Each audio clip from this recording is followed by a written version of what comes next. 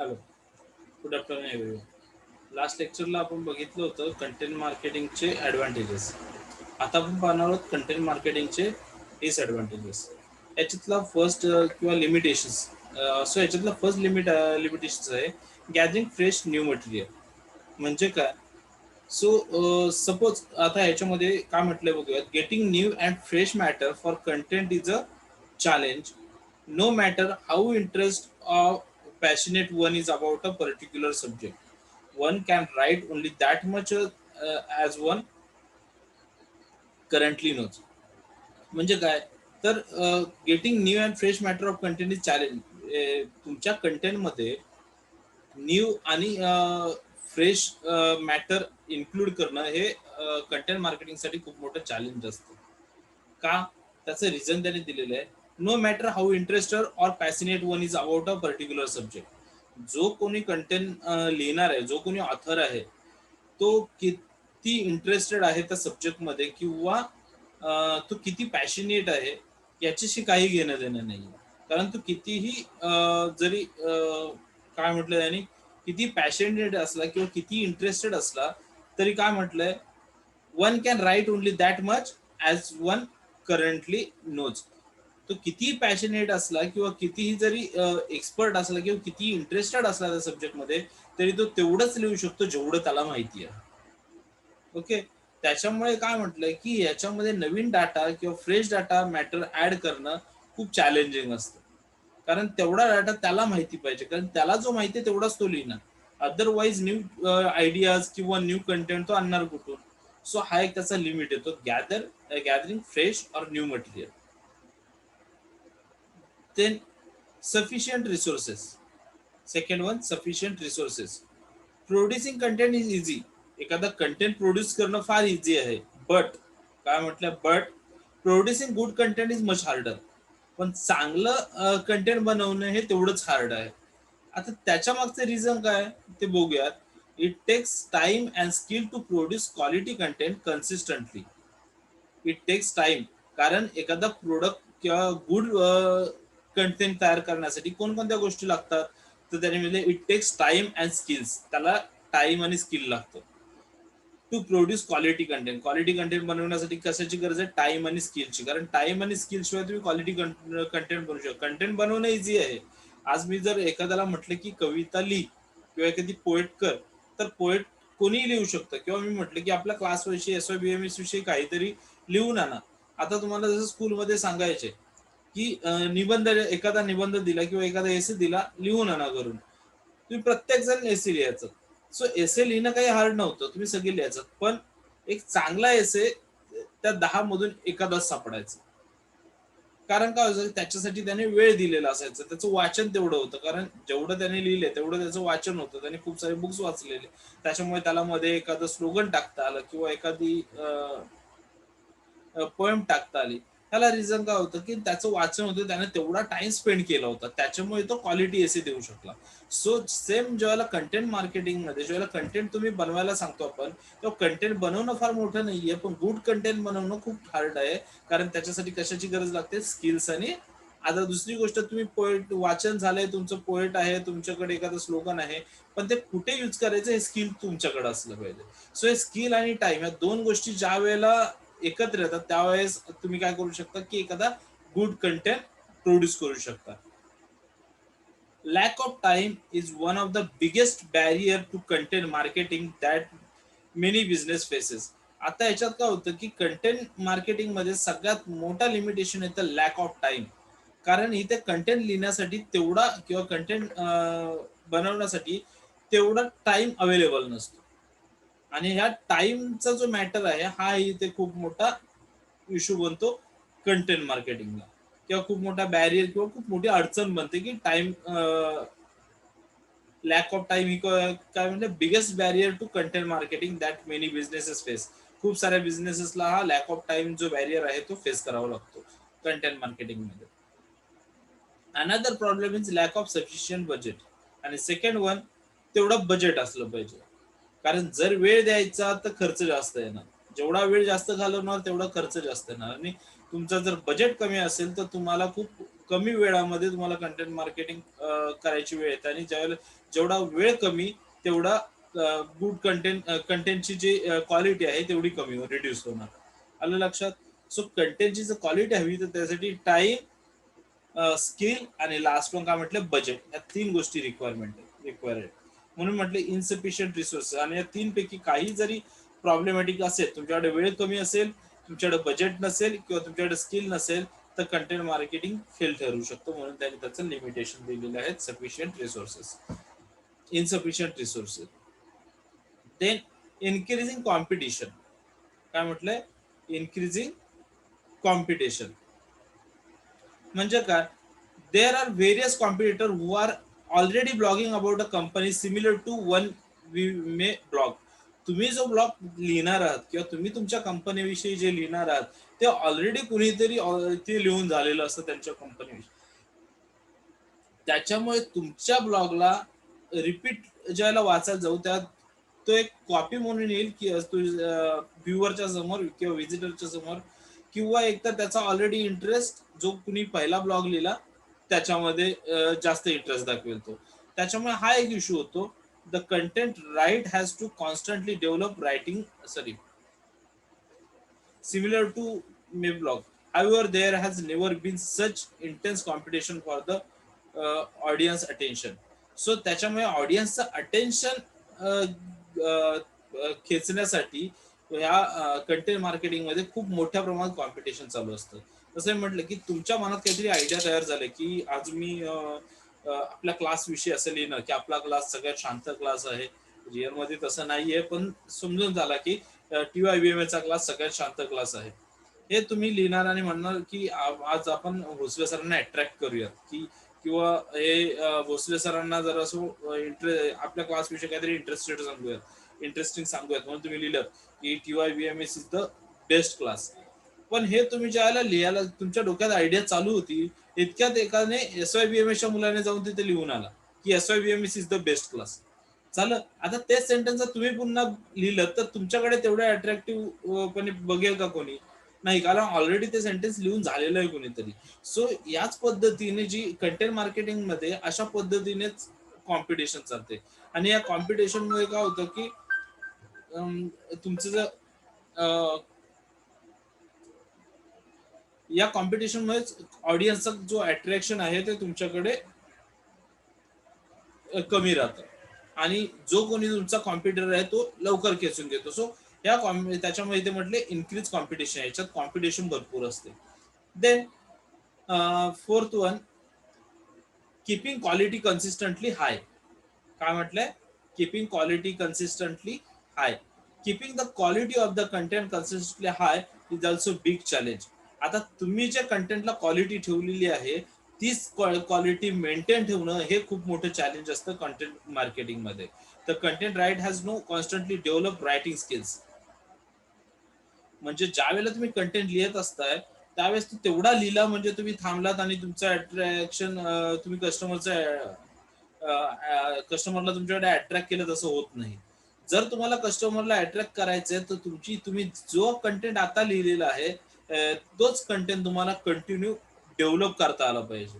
So ज्या वेळेला तुम्ही कंटेंट डेव्हलप करत जाल त्याच वेळेस तुम्ही तुमची जी क्वालिटी आहे ती मार्केटमध्ये टिकून राहील. म्हणून सांगितलं कीपिंग क्वालिटी कन्सिस्टंटली हाय. सो हे एक मोठं चॅलेंजेस असतं याच्यामध्ये कंटेंट मार्केटिंग मध्ये की तुमची क्वालिटी, कंटेंटची क्वालिटी जी आहे ते टिकून ठेवणं मार्केटमध्ये. So then focusing to broadly or narrowly. आता हा एक पॉइंट काय माहिती बघूयात. One of the most common mistake that many content marketers make it focus too broadly on a vast budget subject area, or zeroing in exclusively on the teenest niche. Achieving a balance in terms of editorial focus is a challenge for even established, well-resourced content production teams. On the other hand, focusing on high specific niche might seem like a great idea, but by doing so, one may run out genuinely new and insightful things to say about the company. आता याच्यामध्ये काय म्हटलेलं आहे, दोन टाईपचं, narrow आणि broad. काय म्हटलं? ब्रॉडली और नॅरोली. आता आपण एक एक्झाम्पल घेऊन चालूया त्याचं. मी एखादा आर्टिकल लिहितोय. Okay.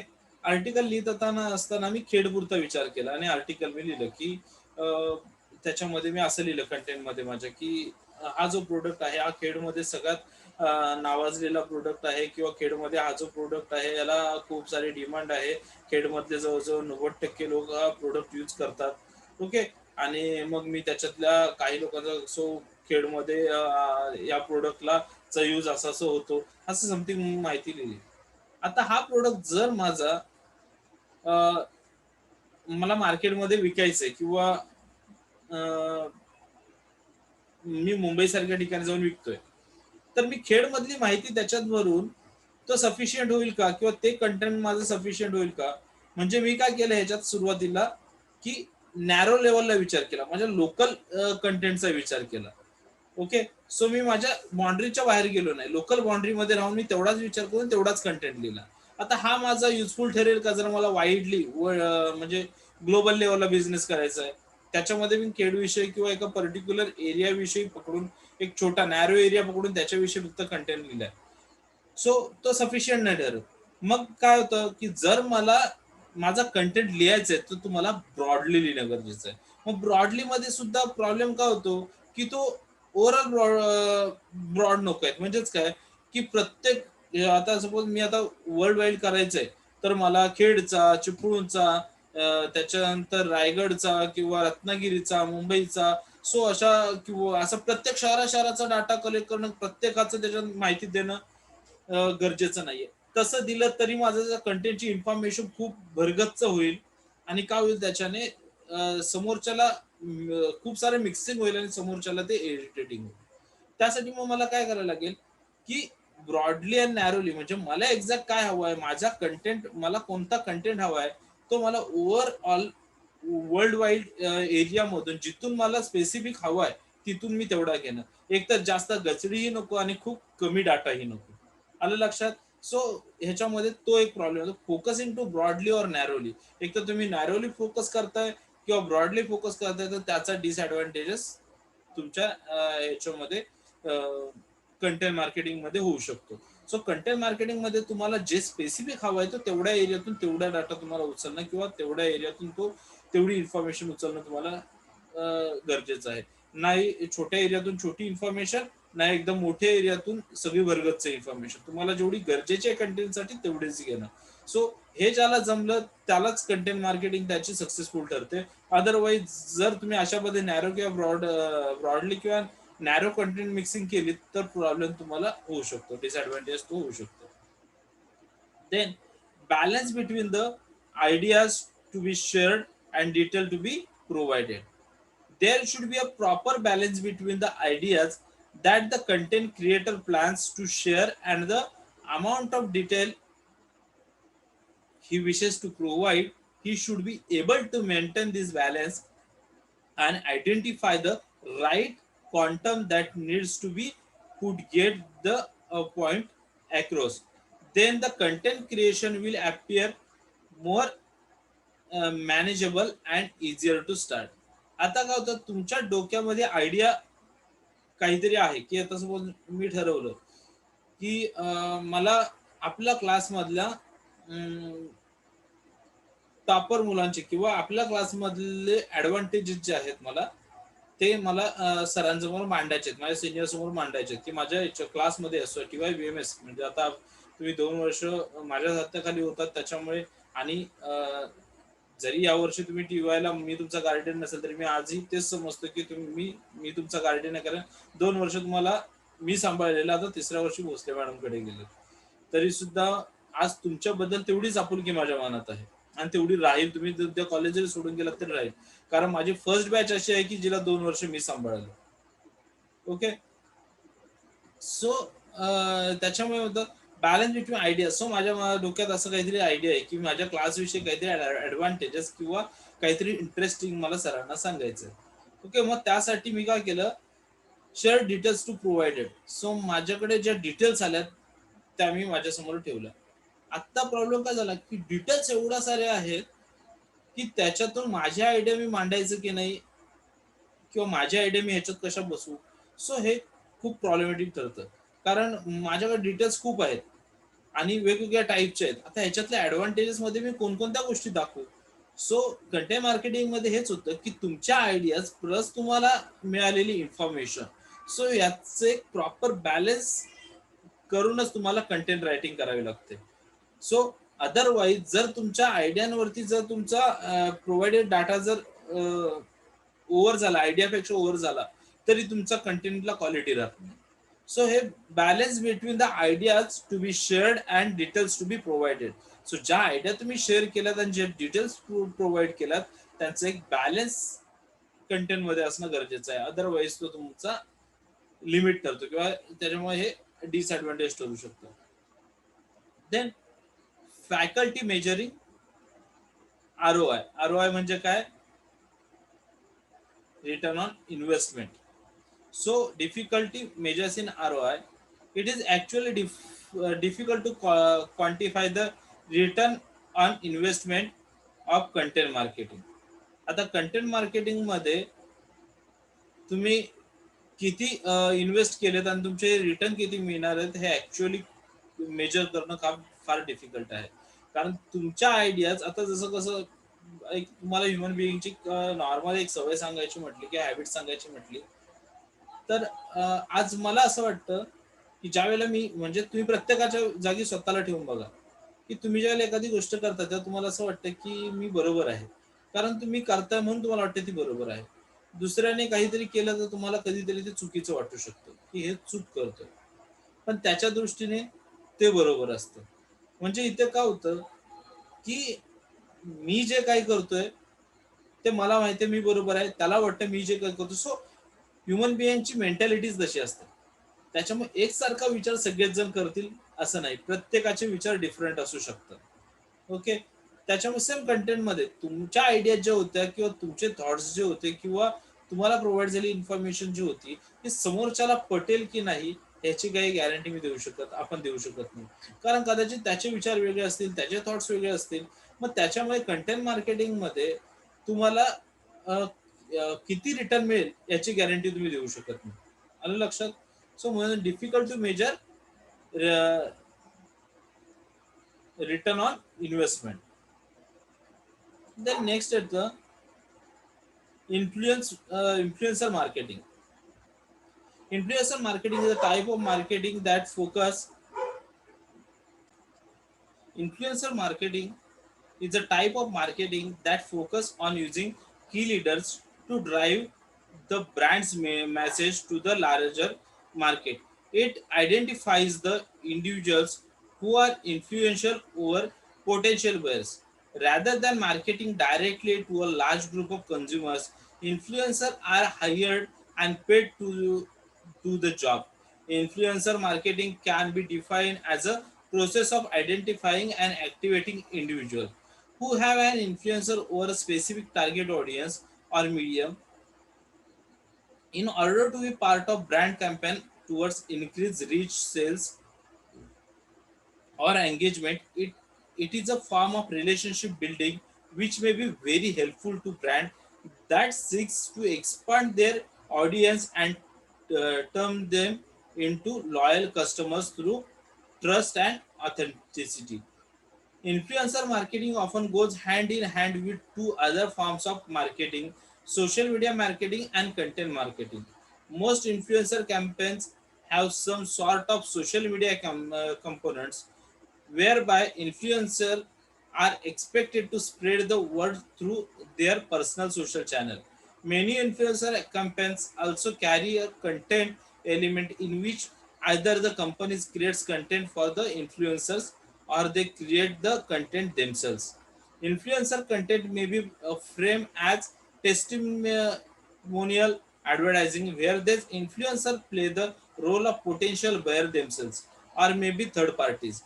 These third parties may be either in the supply chain, that is retailer, manufacturer or any agent, like value added influencer like journalist, academician, industry analysis, professional advisor, etc., who can make the impact of buying decision and behavior of people.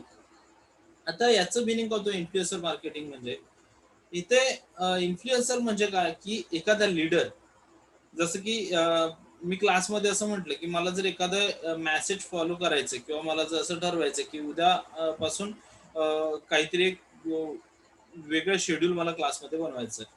मला माहिती आहे, की त्यासाठी क्लासमध्ये विरोध होऊ शकतो. मग मी काय केलं, तर असा एक तुमच्यापैकी शोधून काढला, एक 60 मधून तुमच्या, की ज्याचं सगळी मुलं ऐकतील किंवा जो सगळ्यामध्ये एक लीडरचं काम करेल किंवा ज्याच्यावरती तुमचा क्लास ब्लाइंडली ट्रस्ट होतो.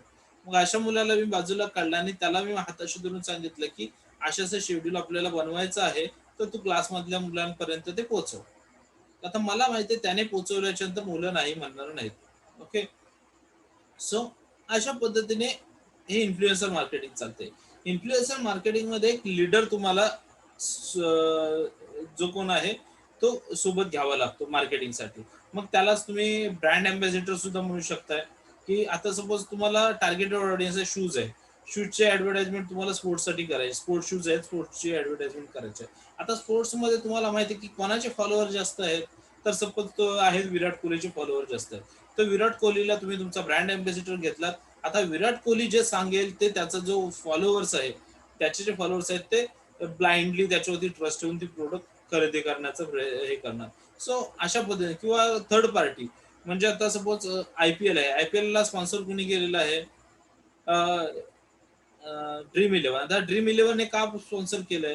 कारण आयपीएल थ्रू ऑटोमॅटिकली ड्रीम इलेव्हनची ॲडव्हर्टाइजमेंट होते आणि आयपीएलचा फॅन फॉलोअर्स फार मोठा आहे. सो अशा पद्धतीने एकतर तो हा जो इन्फ्लुएन्सर आहे, हा एकतर कंपनी मधला कोणतरी व्यक्ती असेल किंवा कंपनीने हायर केलेला कोणतरी व्यक्ती असेल किंवा सेकंड थिंग तो थर्ड पार्टी असेल, की ज्याच्या थ्रू कंपनी त्याचे मार्केटिंग करते. ओके. सो अशा पद्धतीने याला म्हटलं जातं इन्फ्लुएन्सर मार्केटिंग, की याच्यामध्ये लीडर असतो, की तो लीडरला तुम्ही हाताशी धरताय किंवा त्याला तुम्ही हायर करता किंवा त्याला थर्ड पार्टी म्हणून त्याला काहीतरी पेमेंट करता आणि तो मार्केटमध्ये तो कोण आहे, एक प्रतिष्ठित आहे थोडक्यात, की त्याचं नाव आहे मार्केटमध्ये चांगलं. मार्केटमध्ये लोक त्याला त्याच्यावरती ब्लाइंडली ट्रस्ट करतात. मग त्याच्यामध्ये कोण असू शकतं, तर इथे म्हटलेलं आहे बघा, तो जर्नलिस्ट असू शकतो, अकॅडमिशियन असू शकतो, इंडस्ट्री अनालिस्ट असू शकतो, प्रोफेशनल ऍडवायझर असू शकतो, इटीसी कोणी असू शकतं. देन आता ऍडव्हान्टेजेस ऑफ इन्फ्लुएन्सर मार्केटिंग. मग इन्फ्लुएन्सर मार्केटिंगचा ऍडव्हान्टेजेस काय आहे, तर त्याच्यातला फर्स्ट येतो brand awareness. Brand awareness is the main reason many brands focus on influencer marketing as it is effective way to reach wider audience and use influencer social reach to promote product without being directly involved in its promotion. आता याच्यामध्ये जसं की आता बघा, मान्यवर माहिती आहे तुम्हाला, मान्यवरचे तुम्हाला क्लोथ्स वगैरे मिळतात. आता विराट कोहली त्याने एक ब्लॉग लिहिला किंवा तिथं असं म्हटलं, की त्याने त्याच्या वेडिंग मध्ये मान्यवरचेच कुर्ता पजामा जे काय होतं ते घातलं. आता हे ज्यावेळेला बाहेर पब्लिकली माहीत झालं, तेव्हा त्याचा जो फॅन फॉलोअर होता तो जास्त करून त्या ब्रँडला काय करायला लागला, की ब्रँडकडे अप्रोच झाला. मग याचा फायदा त्या ब्रँडला झाला. सो ह्याच्यात मध्ये काय म्हटलंय, की हे जे इन्फ्लुएन्सर आहेत याच्यामुळे काय होतं, की ब्रँड अवेअरनेस होतो. तुमच्या ब्रँड विषयी लोकांना माहिती समजायला लागते. आता जसं की तुमच्या क्लासमध्ये एखादा मी समज आल्याच्या नंतर आज तुम्ही एकमेकांना किंवा तुमच्या क्लासमधल्या बऱ्याचशा किंवा कॉलेजमधल्या बऱ्याचशा मुलांना तुम्ही ओळखत नसाल. ओके, तुमच्या अनोळखी असतील, पण कॉलेजमधली बरीचशी मुलं मला ओळखतात. आता त्याच्यामधले सपोज काही मुलं मला फॉलो करतात, तर मी एखादी जर नवीन गोष्ट माझ्याकडे आणली आणि ती जर त्या मुलांना बघायला मिळाली आणि त्यांना ती आवडली, तर ते माझ्याकडे चौकशी करणार, ही तुम्ही कुठून आणली. मग मी जर त्यांना सांगितले, की ही मी अशा अशा ठिकाणून आणली, सर चांगली आहे का, तर मी जर त्यांना चांगली म्हटलं तर ते जाऊन लगेच खरेदी करणार. कारण त्यांचा माझ्यावरती ब्लाइंड ट्रस्ट आहे त्या प्रोडक्ट वरती नाही. त्याच्यामुळे काय होतं, की त्या ब्रँड विषयी माहिती लोकांना समजायला लागते. सो हा एक त्या इन्फ्लुएन्सरचा फायदा होतो, इन्फ्लुएन्सर मार्केटिंगचा, brand awareness. Then increase web traffic. आता इथं काय होतं, की जसं की आता माझ्याकडे कोणतरी आलं, सर हे ब्लूटूथ तुम्ही जे सॉरी हे हेडफोन जे तुम्ही लावलेले आहेत ते कुठून आणले. मी त्यांना सांगताना कसं आहे, मी एक इन्फ्लुएन्सर आहे. मला फॉलो करणारा खूप मोठा ग्रुप आहे. आता मी त्यांना सांगितलं, की हे ना मी ऑनलाईन मागवले. ऑनलाईन मागवले, कुठून मागवले ऑनलाईन? तर ऑनलाईन अशा-अशा वेबसाईटवरून मागवले. आता मी मागवले म्हणून काय केलं, त्या मुलाने जाऊन सर्च केलं, की ते बघूयात कुठून मागवलेत ते. सो त्यांनी सर्च केलं. सो असा माझा सगळा ग्रुप होता. त्यांनी ज्यावेळेला मला विचारलं आणि मी त्या वेबसाईटचं नाव सांगितलं, ऑटोमॅटिकली त्या वेबसाईटला व्हिजिट झाली. सो त्याच्यामुळे काय होतं, की इन्फ्लुएन्सरमुळे काय होतं, इन्क्रीज वेब ट्रॅफिक. जो वेबचा ट्रॅफिक आहे, वेबसाईटवरची जी गर्दी आहे ती वाढायला सुरुवात होते. सो त्याच्यामुळे तो एक त्याचा ॲडव्हांटेज म्हटलेला आहे. Then authenticity. People value influencer for their more authenticity as their endorsement matters. This is also helps a brand increase in human elements of the wider marketing strategy. आता त्याच्यात दुसरी एक गोष्ट, जर तुम्हाला तुमचा जो लीडर आहे क्लासमध्ये किंवा तुम्ही ज्याला फॉलो करताय, तुम्ही ज्याला तुमचा आयडॉल मानताय, सो अशा व्यक्तीने जर तुम्हाला सांगितलं की ह्या अशा अशा ठिकाणी जा आणि हे प्रोडक्ट विकत घे, तर तुम्ही प्रामाणिकपणे तिथपर्यंत जाल, कारण तुमचा ट्रस्ट तुमच्या लीडरवरती आहे किंवा तुमच्या आयडॉलवरती आहे. त्याच्यामुळे तुम्ही तिथपर्यंत प्रामाणिकपणे जाल, तो प्रोडक्ट तुम्ही खरेदी करून या. ओके. सो हा प्रामाणिकपणा कशामुळे येतो? तर इन्फ्लुएन्सर मार्केटिंगमुळे. कारण हा जो इन्फ्लुएन्सर आहे तो तुमचा आयडॉल आहे आणि त्याचा फायदा कोण घेते? कंपनी घेते. कंपनी त्याला इन्फ्लुएन्सर म्हणून कंपनी त्याला हायर केलेला आहे आणि तो ती प्रोडक्ट यूज करतोय आणि तो यूज करतोय म्हणून प्रामाणिकपणे तुम्ही तिथे जाऊन यूज करताय. आलं लक्षात? सो हा एक त्याचा फायदा होतो. Then trust. It is a authenticity. जसं की आता मी म्हटलं की प्रामाणिकपणा, ऑथेंटिसिटी, सेम त्याच पद्धतीने ज्यावेळेला तुमचा आयडॉल तिथे जातो आणि तो ते गोष्ट खरेदी करतो, तो ऑटोमॅटिकली तुमचा त्या प्रोडक्टवरती विश्वास बसायला लागतो. कारण आज मी ज्याला फॉलो करतोय तो जर व्यक्ती ती गोष्ट यूज करतोय, तर साहजिक आहे की त्याच्यामध्ये काहीतरी ट्रस्ट ठेवण्यासारखं असेल, म्हणून माझा आयडॉल तिथपर्यंत जातोय किंवा आज आमचा एवढा सगळा ग्रुप आहे तो तिथपर्यंत जातोय आणि ती गोष्ट खरेदी करतोय. ओके. सो हा होतो ट्रस्ट. आता त्याच्यामुळे काय होतं की त्या प्रोडक्ट वरती कस्टमरचा जो ट्रस्ट आहे तो वाढायला सुरुवात होतो. सो हा झाला एक ऍडव्हान्टेजेस इन्फ्लुएन्सर मार्केटिंगचा. Then accessibility. So a social influencer is usually asked to create new content for the collaboration with a brand, which means that the brand gets access to additional content of high quality. New content is always welcome and useful. जर तुमचा influencer, कंपनीने एखादा influencer higher केलाय आणि त्या इन्फ्लुएन्सरने जर सांगितलं, आणि इन्फ्लुएन्सरला काय देतात हे लोक, की त्याचा कंटेंट त्याने तयार करण्याची परमिशन कंपनी त्याला देते. म्हणजे जर इन्फ्लुएन्सरला वाटलं की कंपनी जो कंटेंट देते त्याच्याने माझा जो ग्रुप आहे किंवा मला फॉलो करणारा जो ग्रुप आहे किंवा मी ज्या टार्गेटेड ग्रुपला बघतोय तो ग्रुप अट्रॅक्ट होणार नाहीये, मग यासाठी मला स्वतःचे कंटेंट त्याच्यावरती ऍड करावे लागतील. सो कंपनी ती अथॉरिटी इन्फ्लुएन्सरला देते की तुम्ही तो कंटेंट ऍड करू शकता.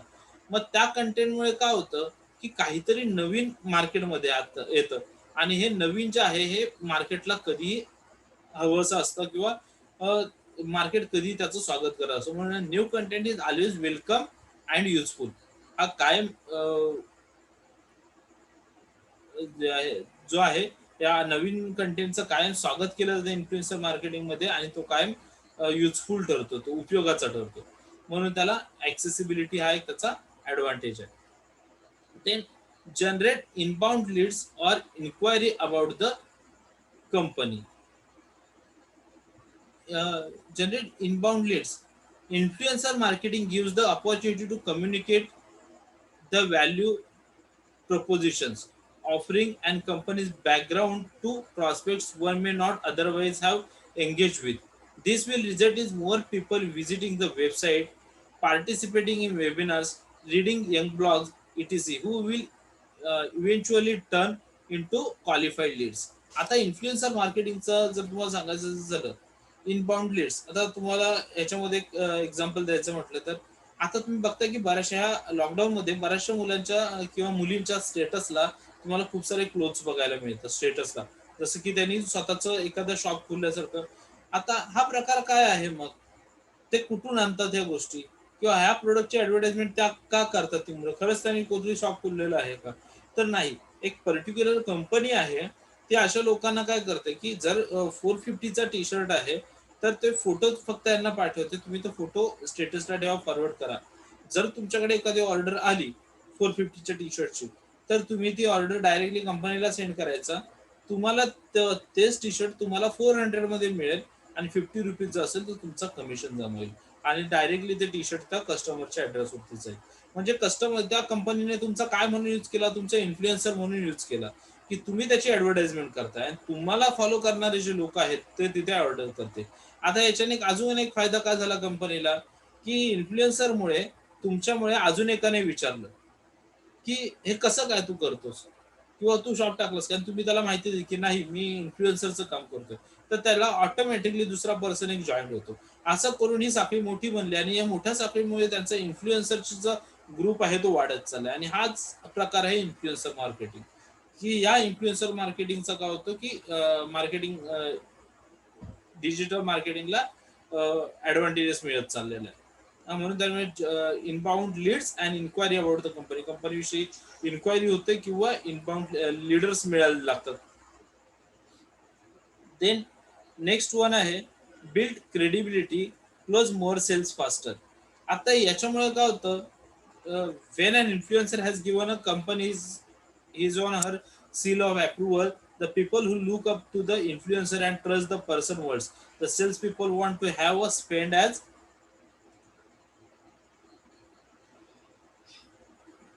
much time selling the value proposition when the influencers already help communicate the message.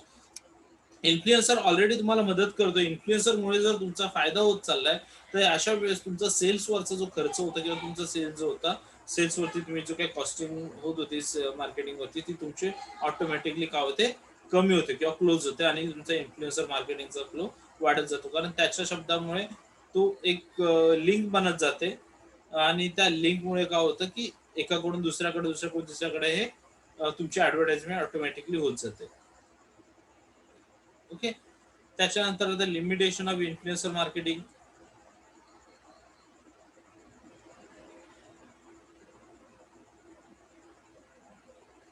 आता हे लिमिटेशन्स आहेत, हे आपण नेक्स्ट लेक्चरला बघूयात. ओके. आणि आणखी एक, की मला एक म्हणजे स्वतःला मला असं जाणवतं, की ज्यावेळेला आपण ऑनलाईन लेक्चर घेतोय, तुम्हाला बऱ्याच लोकांना असं फील येत नाहीये, किंवा असं वाटतंय की क्लासमध्ये घेणाऱ्या लेक्चरमध्ये आणि या लेक्चरमध्ये फरक आहे.